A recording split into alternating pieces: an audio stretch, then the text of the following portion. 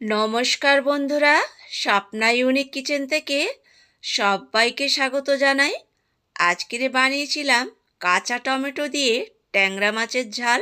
আর এই কাঁচা টমেটো ট্যাংরা মাছের ঝাল কিভাবে বানিয়েছি সেটা আপনাদের সঙ্গে শেয়ার করব। মাছগুলো ভালো করে ধুয়ে জল ঝারিয়ে নিতে হবে, দিয়ে দিতে হবে স্বাদ মতন নুন, দিয়ে দিতে হবে গুঁড়ো হলুদ।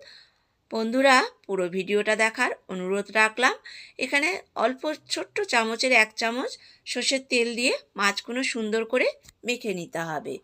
নিয়ে এদিকে কড়া বসিয়ে দিয়েছি, সর্ষের তেল দিয়ে দিয়েছি।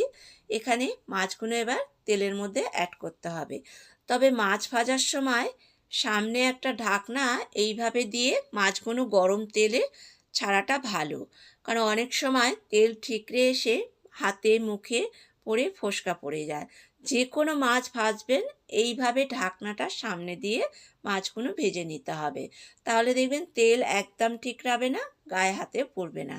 মাছটা আমার ভাজা হয়ে গেছে, এরপর তুলে নেব, বাকি মাছগুলো ভেজে নেব।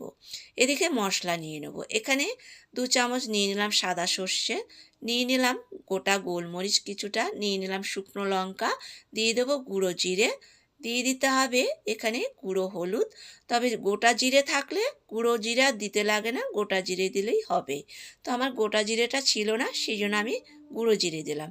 মশলাটা দিয়ে এরপরে সামান্য নুন দিয়ে মশলাটা সুন্দর করে বেটে নিতে হবে। তো এখানে মশলাটা বাটা হয়ে গেছে। ব্যাস, এরপরে এদিকে নিয়ে নিয়েছি কাঁচা টমেটো। আর সিজন থাকতে থাকতে কাঁচা টমেটো দিয়ে এইভাবে রেসিপি করে খেলে ভীষণ ভালো লাগে। তো কাঁচা টমেটোগুলো কেটে নিতে হবে। আমি একটা টমেটোকে 4 টুকরো করে নেব। এইভাবে প্রত্যেকটা টমেটো কেটে নিতে হবে। তো টমেটোগুলো কাটা হয়ে গেছে, এরপরে স্বাদ মতো নুন দিয়ে দিতে হবে, দিয়ে দিতে হবে এখানে গোলমরিচের গুঁড়ো, আর দিয়ে দেব একটা পাতিলেবুর রস।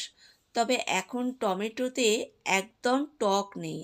আমরা যখন ছোট ছিলাম কাঁচা টমেটো মানে এতটা টক হতো, খাওয়াই যেত না শুধু। আর এখন দেখছি টমেটোতে কোনো টক নেই, সেই জন্য আমি একটা গোটা পাতিলেবুর রস দিলাম।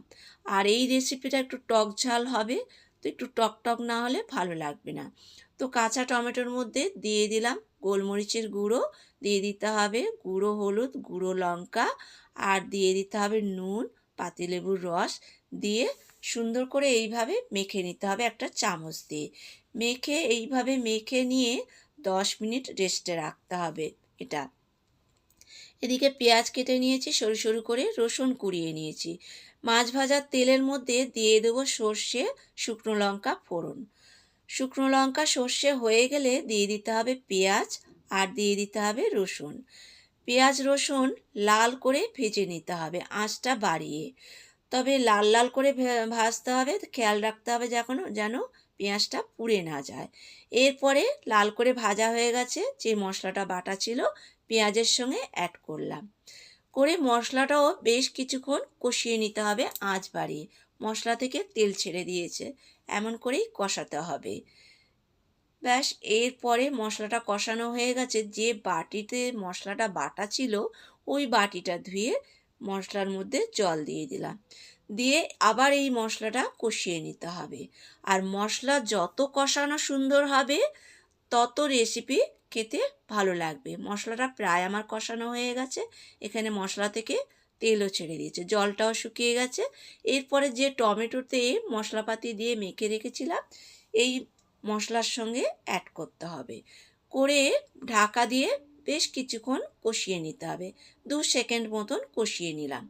ব্যাস, জলটাও শুকিয়ে গেছে, কষানো হয়ে গেছে। এরপরে এখানে জল অ্যাড করব। তবে জলটা খুব বেশি এখানে দেব না, এটা খুব পাতলা ঝোল ভালো লাগবে না, এটা একদম মাখা মাখা হবে। এই রেসিপিটা খেতে ভালো লাগবে। জল দিয়ে এবার যে মাছগুলো ভাজা করা ছিল ট্যাংরা মাছগুলো, সেই মাছগুলো টমেটো ঝোলের সঙ্গে অ্যাড করতে হবে। এইভাবে দিয়ে দিতে হবে প্রত্যেকটা মাছ। তবে এখানে শুধু ট্যাংরা মাছ দিয়ে যে এটা করবে তা নয়, এটা যে কোনো মাছ দিয়েই করা যায়। তো ঢাকনা দিয়ে আমি 2 মিনিট ফুটিয়ে নিয়েছি। 2 মিনিট পর দেখাচ্ছি। টমেটোগুলো এমনভাবে রান্না করতে হবে টমেটো যেন গোটা গোটা থাকে, আবার যেন সেদ্ধ হয়ে যায় সেটা দেখতে হবে। তো আমার রান্নাটা হয়ে গেছে, রেসিপিটা কত সুন্দর কালার এসেছে আর দেখতেও বেশ সুন্দর লাগছে। তো খেতেও কিন্তু দারুণ হয়েছিল। এরপরে একটা পাত্রেতে ঢেলে নেব। তো কালারটা দেখেই মনে হচ্ছে না খেতে দারুণ হয়েছে এটা। তো যাই হোক বন্ধুরা, ভিডিওটা যদি ভালো লাগে লাইক কমেন্ট শেয়ার করার অনুরোধ রাখলাম। নতুন কোনো বন্ধু হয়ে থাকলে ইউটিউব চ্যানেলটা সাবস্ক্রাইব করে নেওয়ার অনুরোধ রাখলাম। পাশে বেল আইকনটা প্রেস করতে ভুলবেন না, তাহলে এরকম ইউনিক রেসিপির নোটিফিকেশান সবার আগে আপনার কাছে চলে যাবে। আর সিজন থাকতে থাকতে কাঁচা টমেটো দিয়ে এইভাবে মাছের রেসিপি বানিয়ে খেয়ে দেখুন, ভীষণ ভালো লাগবে। আমি এটা ট্যাংরা মাছ দিয়ে বানিয়েছি, এটা যে কোনো মাছ দিয়ে বানানো যায়। শুধু তাই না, মৌরলা মাছ দিয়ে কিন্তু এই কাঁচা টমেটো দিয়ে বেশ ভালো